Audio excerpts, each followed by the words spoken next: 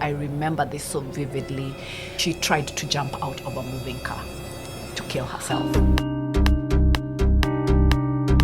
Hello and welcome to yet another episode of Sips and Heal. And we have in the studio with us today Miss Joan Mwangi. Welcome to the show. Joanne. Thank you. It's my honor to be here. Joan is an inner child reparenting coach. So Tuni, I'm going to let you take it away. We always like to ask Joanne, what would you tell a younger version of yourself? I would tell her, one, you are loved, you were wanted, you were needed, and your parents and the adults that raised you did everything they could with the knowledge that they had in the moments that they were raising you. And with that being said, we'd love for you to walk us through the journey. You know, both the challenges that shaped you, that have brought you to this place, and if there's wisdom you can share about that journey that got you here today. I was born a firstborn of firstborn parents who are firstborn of firstborn parents. So both sets of my grandparents were firstborns. Wow. And then my mother was a firstborn, my father was a firstborn. Oh, wow. Right? And then Such a I am a unique place firstborn. to be. It's unique, and the pressure that comes with it, Yes. because you're a first of many firsts. And my grandparents truly loved me. I was a spoiled child in today's terms. Okay. When I look at my photos, I could see that child is a happy child, because photos tell a story that most of us do not notice when we look at a photo. That's interesting. Fast forward to when I was about 7, my dad was in the military, in the Kenya Air Force, was a fighter jet pilot. My mom was a teacher working in the prisons ministry.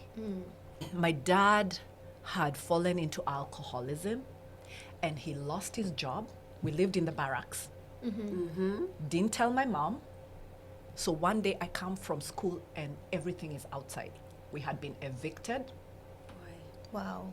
And when my mom came, I have never figured out how this young woman with 3 children, because we were 3 children at the time, all 3 of us had been born, how she figured out how to get us out of there and into a new home, which literally was in the slums. So I came from a protected environment. My father was an officer in the military, so I rode in good cars. I had good things, like I had privilege. Right. He was high ranking. He was in the high military. ranking. He was a Okay. captain. Yeah. So he was high ranking. Okay. So then we go from there to the next day we're in public transportation. How old are you? 7. And you So- can already feel the disparity. I could already feel the disparity. I could feel the neighborhood was not safe. Yeah. So for those of you who are Kenyan, we lived in Isili at the barracks, Okay. the Air Force barracks. Next to Isili barracks is Madare and Huruma. Correct. We moved to Huruma, which is basically at the time it was a slum. Right. Right? So then going to school to the other side of town, because my mom decided she's not going to change the school because it was a good school. The home has been disrupted, but school will not be disrupted. So it's one night you wake up, the next morning you're going to school in public transportation, an hour away. And that was my life going forward. And Joanne, I'm yeah. sorry, in Yes. all this, is your dad communicating anything? No, he's nowhere to be found. He's So nowhere to wait, be found. you were kicked out and your dad is not there. Yes. Had he been missing a few days prior, or just in this I- moment, or you don't really remember? I remember vividly coming from school and my dad would be asleep.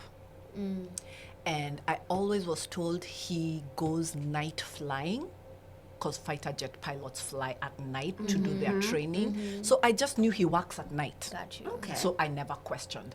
But I also remember a very distinct smell of the alcohol. At 7. Yes. Yes. Those are the things as children you keep in your brain, like in your subconscious. There are tastes, smells, and Backgrounds, music, things that just remind you right of back a there. something, and you may not be able to articulate it. So for me, it smells, it's tastes, and sometimes there's a deja vu. If I go somewhere, I feel like I've been here before, but I can't explain it. Right. Yeah. So anyway, my little body could not take the trauma of what had happened in that moment and the changes, and I got sick. I had high blood pressure that the doctors could not bring down for 3 months. I was at Gertrude's Children's At Hospital. the age of 7 years old? Yes. So Wow. very, very high blood pressure. So I remember my bed said kneel by mouth, because it would go up. My kidneys were not functioning the way they should have. My body was swollen.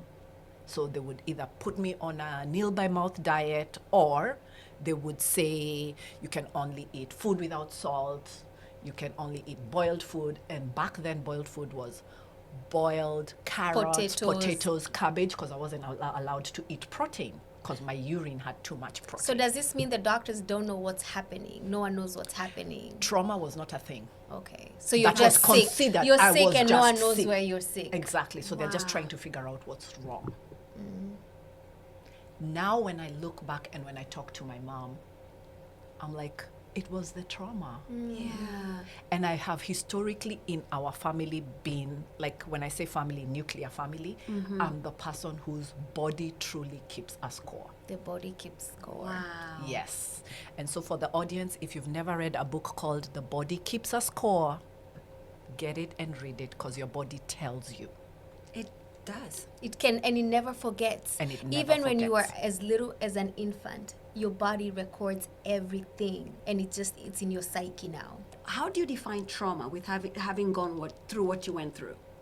So the best definition I like of trauma is by a Dr. Gabor Maté. And he says trauma is what happens inside you as a result of what happened to you. Okay? So what's happening inside of Inside. you as a result of what's happening To you. To you. So for example, Tunli's story Yes. was traumatic. I was like, that is the reason I do the work I do. So when you take a 5-year-old to a boarding school, there is grief, there is fear, there is abandonment, there is emotions of all sorts of things happening in her body. So that in itself is trauma. And when we think about children who went to boarding school, they are in a constant state of, I'm about to be left in this place that does not feel safe, Yeah. with people who do not feel safe, but I also have to man up, or whatever we call it, to survive this space, right? Yes. Because I'm here for 3 months. And then when you go home, you're excited for a little bit, but then you find the people at home have changed. And so now you also feel like you do not belong at home.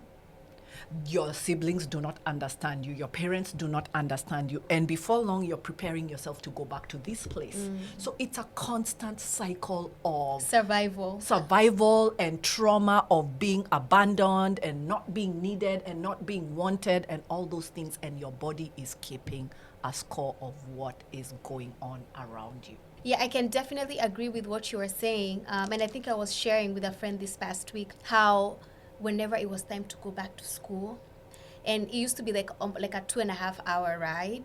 The first hour is okay, and then when I start seeing the familiar just buildings, like I'm getting closer to school, I would literally start crying in the car. I would start shaking, and then your caretakers are there telling you, oh no, you just need to relax, like you know You're what going I to mean? be okay. Like it's just homesick, you'll be fine. But for me, I'm just imagining what I'm about to experience The dread. all over again. And then again, like remember I said I could go for a year without no one talking to me in school, and I'm like, I'm Yes. coming back to this environment where no one will talk to me. Yeah. But we don't see that as trauma. Yeah, That's just my life experience. So yes. exactly. Exactly. And that homesickness, that thing we call homesickness for those of us who went to boarding school, is the trauma that is happening to the child. So Okay. it doesn't matter whether the child is 5.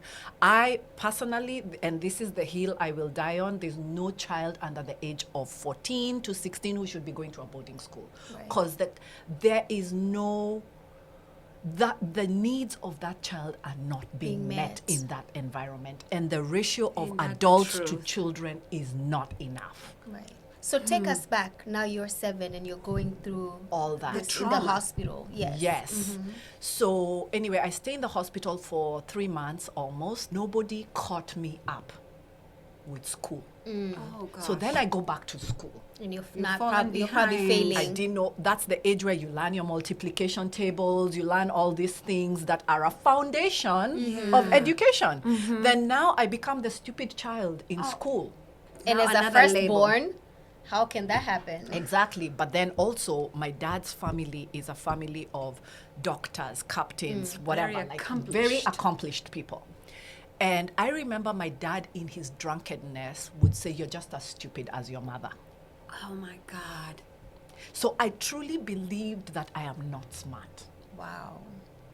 So those are the things that shaped who I am. Did you go to boarding school? I did go to boarding school. So you've dealt At with what age in high school? I went to boarding school at age 14, at age 13. I see. How was that experience? So that experience was, when I think about that little girl, it was scary and relieving at the same time. Relieving that I wasn't in the home environment. Being called stupid, Not even that, being called stupid. My dad was abusive. Okay. He physically. to my mother. then And I emotionally. remember wishing that I was born a boy so that I could protect my mom. That's such a huge responsibility for a child Yes. to have to carry. And I remember if my mom came late from work, I would be worried that we're going to be left with my dad. Like maybe she died and we've been left with my dad, and now what's going to happen to us? Because also, backstory, my mom was a motherless child. Her mother died when she was 12. 12 turning 13. And she was the firstborn of 7 kids. Responsibility. She had to parent her And the siblings. youngest was 9 months old. So then my grandfather married a wife who was horrible, the true Cinderella story. But when I look at that woman, I also see the humanity in her, because back then, my grandfather was part of a religious sect of the Presbyterian Church that chose the spouse for him. He did not choose the spouse for himself. So Wow. this was a young woman who has been brought, it's an arranged marriage. So when I think of her, she's 20-something years old, or maybe 20 or 21. My grandfather was in his 30s. She's now inherited seven children kids with a man that she probably doesn't love. with a man she doesn't know. She's been separated from what she knows, her friends, her family. Exactly. And this is the part from an African culture, or from any culture that does things like this, we don't think about. The choice of the girl child on what's going to happen to her. We don't talk about marital rape. That woman was married into a home where she had to have sex with a man She doesn't know. she doesn't know. Probably nobody educated her about sex or Yeah. any of these things. And then she has children of her own. So at some point she has 5 plus 7 is what? 12. She has 12 children. She is not going to be a good mother to any of She those doesn't have children. the capacity, no the Exactly. emotional capacity. capacity. She It's doesn't not have possible. the emotional capacity, the capability. She's not, like, even today, if I gave you 7 children Even my one. with everything that Even you my have, I have 0, and I'm like, oh, exactly. Wow. So that is where my mother grew up. So when I think of her from that perspective, I'm like, she was not equipped. No. And then now the type of spouse she's dealing And then with here as is well. a spouse Who's not supportive, doesn't honor her. If anything, that's like a big child. who came with his own trauma, because now my father's story is another very sad story.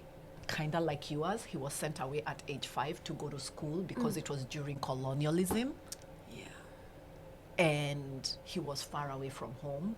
He was raised by family members who lived in a far place. So at some point, even these siblings of his who were younger didn't know that's their older brother. They just thought it's a relative who comes to visit. Wow. So he was an abandoned child. Yeah. When you look at it in terms of what we look at today. Correct. But his parents were doing the right thing so that he could get an The education. best education he could The get. best they could, But then now it leads into his alcoholism because the body keeps score and he has all these things he's carried all these years and they just He's never explode and you don't know addressed how it. to handle it. And nobody knows what he went through Through. because nobody ever took time to find They out just see a what. successful military man Yes. who should be able to be a good father. And very strong. Yeah. Also, my mom being not equipped to be the mother and being in that high stress, she would take out her anger on us. Of course. She would whoop us for nothing. Like Naturally. Every find a little car, thing triggers her. Everything was triggering her, and she was violent. Violent with her words. She was also the ice queen. She would just not talk to you because she's pissed off at you, and you don't know what's coming, right? So is that stonewalling or silent treatment? It's both. What she It's did? both. Wow. And then one day she just talks to you, and you're like, "Am I still going to be punished?" You know, So you're walking on eggshells regardless? all the time. Okay. The Then you go- uncertainty. Yeah, The but then not being safe. yes, then you go to school, and everything is just punitive. Then I moved to the U.S. and I enrolled in school. And while I was here, I started, like at 4 o'clock, Oprah used to come on. And I would listen to her. I would listen to her and I'd listen to the stories. And back then it was for entertainment. It was not for awareness. Correct. Right? It was I love entertainment. this show. Because also back then there was Jerry Springer and Right. all the things, right? Sally Jessica Sa- Raphael. Exactly. Ricky Lake. Ricky Lake. So all those things were entertainment to me. Yes. Fast forward, my daughter joins me, and I start having these experiences with her, and I'm like, this is just not working. What type of experiences? First of all, she was being bullied in school, so I had to be the advocate. Okay. But that, being an advocate for her was not hard, because I was my mother's child, and my mother advocated for me. You're the mama when bear. she knew. Classic mama bear. Exactly. But then also I was yelling like my mother. And she'd be like, don't yell at me, I can hear. So I would go advocate for her in school, and I'd tell the teachers, she doesn't like people yelling at her, do not yell at her. But I'd be yelling at her at home. So interesting you say that because that's one of the reasons why I started like my healing journey as well, because I would find myself just always angry and my son asks me for something and I yell, and you know, like I was like, why am I being this way to this Yeah. innocent person? Yeah. You know what I mean? And they're confused. They're like, They can comprehend they your don't reaction understand. actually. Yes. Yeah, and it's yes. unkind. Yes. It is Like if unkind. anyone spoke to me like that, it would be like, so why is Excuse it okay for me to speak to my child like that? You Okay. know? Exactly. So we move here to Georgia. We used to live in Colorado. Okay. So she's in middle school. We move here. She goes to school, and I didn't know people here. I had moved with a job, and we started going to the Kenyan church. And what I wasn't aware of was she was being bullied in school and being bullied at the church, which I was creating community for her. Uh-huh. And so she was struggling.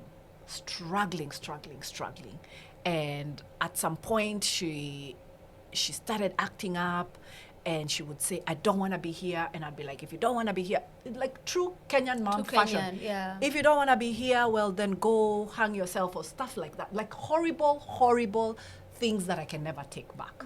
Wow.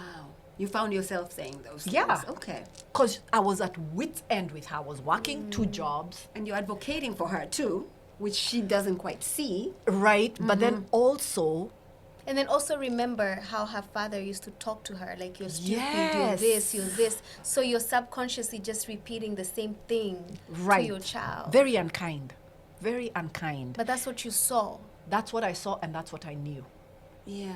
Right before her 21st birthday, it was around November, because I remember this so vividly. She tried to jump out of a moving car to kill herself. And I got a call at 3 a.m. in the morning. We lived in Alpharetta, it was on Georgia 400. So I get up and I get in my car. It was raining so bad. I could barely see. So I'm driving on 400.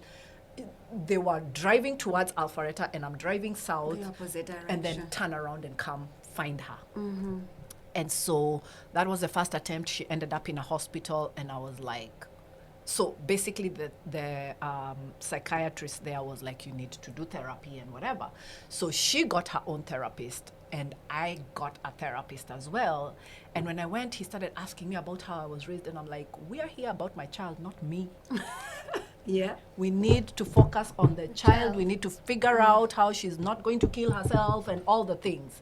And he was like, you're parenting her the way you were parented. So it's important for us to figure out what happened to Oh you my God. so that you're not doing the same things to her.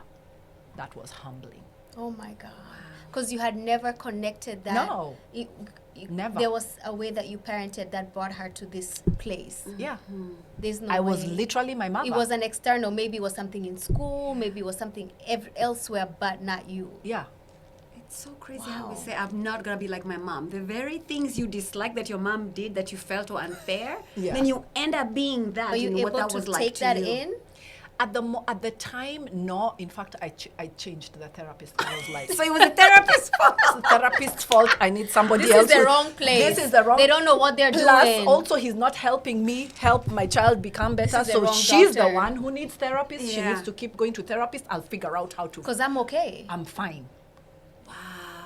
At the time, she was in the military, right? She had joined the military. She was Wow. also being bullied by her military Superiors. boss or Superiors. whatever. Like, it was horrible. It's tough. Everything Boot camp was is tough. not good. Like, life was just not going well for her.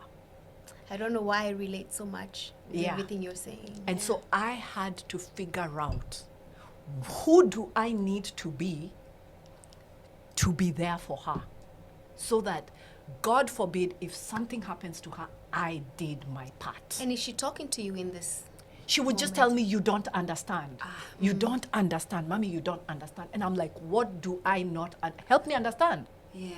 But she probably didn't But she understand didn't it want to herself. tell me the church I'm taking her to, she's being bullied.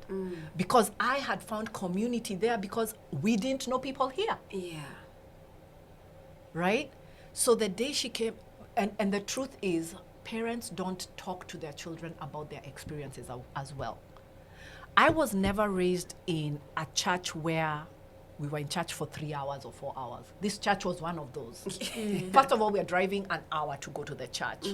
And then we are there for 2, 3, 4 hours. So I wasn't getting fed spiritually, right? My child was being bullied. I didn't know. Or so when she said that the church is not a good experience for her, the youth, I decided to volunteer in the youth. So it used to be something that I would go sit with these young kids, talk to them, and then we would go home. Then one day she was just like, I don't want to go to that church anymore. I was like, thank you, Jesus. Let's go find a church where I can also be fed. Okay. So we moved to a different church. So anyway, I came to find out that I needed my own therapist to work on me so So you that I could can help be your child. there for her the way she needed me to be there Wow. for her. When did you realize this? Because remember the first therapist, you were like, it's not for me. I'm changing therapists. So when did you get to that realization?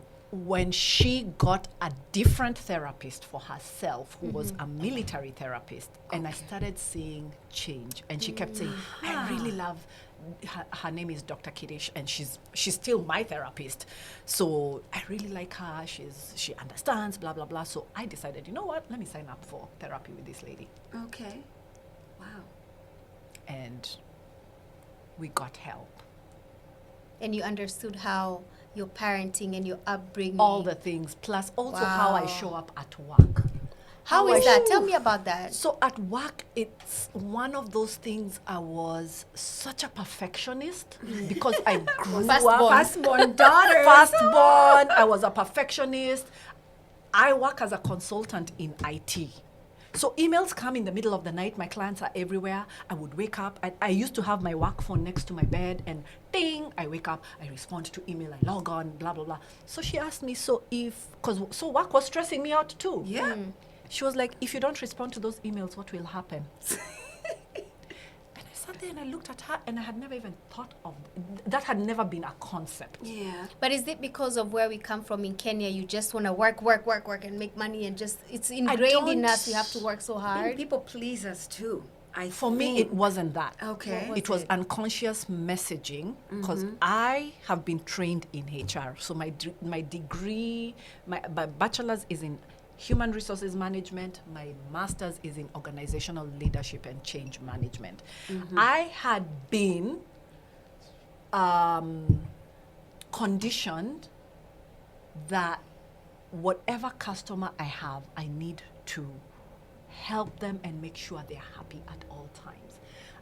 My first boss in human resources in this space, the technology space, used to tell our customers, we are available for you 24/7. Oh God. So that's an unconscious message that I actually Internalized. and I was like, if I am serving a particular customer, I need to be 24/7. there for them 24/7. No matter what I'm going through. Yes, but that's not what the man meant. He didn't mean be up 24 hours, right? Yeah. That's not what he said. That's You not, can reach us within Exactly. 24 hours, but our responses... We had a call center that was 24 took it hours. literally. I took it literally, and I owned it. Yeah. So when she asked me that question, I was like, what will happen? I had to think about that for a week. Wow. To And she was like- process. she was like, turn off that phone, turn off your computer, because I also work from home, so work is at Oh home. my gosh, that's... So ding, crazy. I turn on my computer and I'm. So she said, you need boundaries. I was like, what are those? What are those? What are those? We really She never said you taught. need boundaries at work. And I'm like, what does that even look like? Like, how can you say no at work? Yeah, I'm going to get person who's hired you. I'm going to get fired. And she was like, no. What are your hours? And therefore, I started turning off the phone.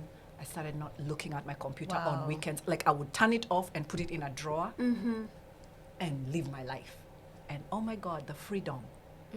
So then I started thinking of all the people I know, and I was like, if I am like this and these are my struggles, what about my people who don't have access to what I have? Okay. You mean like the therapy, learning The about the therapy. boundaries and all that? Yes. And I ingest a lot of information. So during this whole time, I had gone back and started watching Oprah again. With a different With a set different of eyes and perspective. listening. I used to watch Iyanla Fix My Life, and I'm like, oh my God, we, the Kenyan community, need Iyanla to come and fix our lives because we are so dysfunctional. So I was seeing it in other people, but also seeing it in myself and working through. And this is not to say that I have worked through everything. I am still a work in progress. This work never ends until you die. Right. Right? But that is where I started looking at the little girl, the girl who went to college, the girl who was in high school, the different stages of my life. And I came across an Oprah show from the 1980s or 1990, early 1990s with a Dr. John Bradshaw. Okay. And he had written a book, but he has clips on the internet. And I started listening to him, and it was about the inner child. And I was like, this is it. That's how I identified it. That was your calling. You That felt I was it. like, this is the thing I am going to help my community with. Because if we as adults work through it, our children never have to experience what we experienced. And so I took books, I took courses, and I created a curriculum. And that's what you attended. I did. I'm a recipient Wow. of the class. Yeah. And I'm And I so have to grateful ask, for how it. is your daughter doing? She's doing amazing. Thank She's doing amazing. And she's healed, and She you guys have is, healed. yes, we are still healing. It is a work in progress. The one thing I have to say is, as a mother, I have had to put my ego in a drawer and allow her to tell me all the horrible things I did and own them. Wow. And that therapist really helped us because she would say, you need to tell your mom this. And so she would call me and she'd say, I have something to tell you and it's going to be sucky. That's what she would say. Can you give us an example of some things she said? Yeah, like the whole thing of me saying, if you don't feel like being here, you can go hang yourself or things like that. You know, those kinds of things. Mm-hmm. I did not even have a recollection of saying something like that to her. She never forgot. But people don't forget what you say to them, and people don't forget how you make them feel. Exactly. So I had to sit and listen. I had to sit and listen about how I have not lived my life in a way that prepares her for life experiences. Okay. And the thing about her, because she's been in therapy, she's been doing all this work, is she doesn't come to me in an accusatory manner. She just says, I am ill-equipped here because you did not equip me, and I understand you are not equipped either. Okay. So it's okay, but I'm just letting you know that these are the places I am struggling because I'm not equipped. And Help you me are the figure it person out. Yeah. who was meant to equip me with that thing. Would you then say that children can be a mirror They can. to No, exactly? they can be, they are. They They are are. a mirror to exactly who you are. So if they're showing up a certain way, that you need to literally turn that finger back around to you and check why are they doing that way instead of taking it out on them. Yeah. And I want to ask a question, and Yes. I don't know if it may be too general for me to ask. It's okay. If a child is a certain age, like Yeah. your daughter, 21, 16, 17, and that they're talking about they're being suicidal and they want to end their life, is it a good way to say that this is stemming from how they were raised, or? It depends. So like my daughter, one thing we have found out, and this was just last year, is that she has ADHD. And ADHD in girls shows up very differently from how it shows up in boys. And that, because the brain is not working the way a regular brain works, they fall into depression, they get super tired, they have insomnia, they're overstimulated in a lot of environments, and if they're not equipped and they're not going through therapy and they don't have the tools, that can end up in suicide. People with ADHD should not be drinking alcohol. Can you tell, for those who don't know, what is ADHD? What What does that that? stand Just for? summarize it. It is like neurodivergency, attention deficit, something disorder. I just look it up. Yeah, I know it And as I ADHD. usually say, if you don't know anything about ADHD, go follow a Dr. Daniel Amen. Daniel, amen. He has an Instagram, he has Facebook, he has written books. He is one of the only few psychiatrists who diagnose their patients using a brain scan. Wow. So they do a brain scan and then they determine what you have. Okay. And that's who diagnosed that. His clinic is who diagnosed her with ADHD. Got you. Wow. So you know Angela, Yes, she doesn't right. drink anymore. Oh, no, She does not I'm drink very anymore. proud of her. So those are the things that came out of that. You must treat your brain differently now that you know. Yeah. You have to eat differently. You have to start structuring your life a certain way. So all those elements, the ADHD plus the depression plus the way she was raised, all of it. compounded, Okay. creates that environment where somebody's like, I don't want to be here anymore. And before we started the show, you were telling us about how you're able to have conversations with your mother about Yes. this. How did she take it? Like, knowing that she passed on some trauma and some was passed on to her. How did you open up that conversation? Like, can we open up those conversations with our Because parents? we want to. I mean, I'd love For to those be who able to still have have that parents. conversation. Oh my Yes. God, I can be the guinea pig for you all, because I started that conversation in a very accusatory manner. And Been it there, did done not that. go well. Been there, Did done not go well the very first time. And it wasn't about me, it was about my sister. And my sister being married. She was seeing somebody who was kind to her, who loved my niece. And my mom was like, well, I had gone home to visit, and we were going to my sister and her partner's home for Christmas. And my mom was like, in the Kikuyu culture, we don't go to people's houses, blah, blah, blah. So she was doing the most, in my opinion, at the time. And I was like, okay, if you want to spend Christmas by yourself, the rest of us are going there. So you pick your struggles. But in that conversation, she was like, you people had a father and a mother and blah. And I was like, I did not have a father. Ma'am, Not an active one. the man was a terrorist in the house. He beat you. He terrorized us. He terrorized us at night.